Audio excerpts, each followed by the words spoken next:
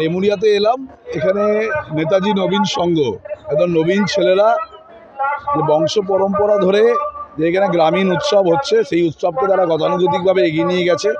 তার রজত জয়ন্তী বর্ষ 25 বছরে পদার্পণ করেছে। একদম অত্যন্ত গ্রামীণ এলাকায় এত সুন্দর করে মায়ের পুজো হচ্ছে, শীতলা মায়ের পুজো, নারায়ণজির পুজো হবে, তার ঘটোত্তোলন পর্ব চলছে।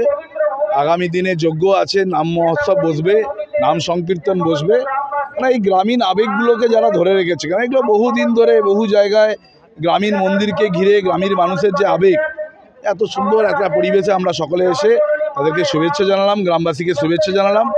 এবং যারা আজকের এই ধরনের অনুষ্ঠান করছে তারা আগামী দিনেও যেন এই ধরনের অনুষ্ঠানকে চালিয়ে রাখতে পারে। কেন দেখুন, পঞ্জিকা অনুযায়ী সব কিছু হয় না। এই গ্রামীণ উৎসবগুলো বহু জায়গায় সারা বাংলা জুড়ে দেখবেন, আমাদের বিভিন্ন গ্রামে কোথাও শীতলা মায়ের মন্দির পুজো হচ্ছে, কোথাও চণ্ডী মায়ের মন্দিরে পুজো হচ্ছে, কোথাও মনসা পুজো হচ্ছে, কোথাও নাম বসছে। সর্বত্রই আমরা সেখানে পৌঁছচ্ছি এবং মানুষকে শুভেচ্ছা জানাচ্ছি।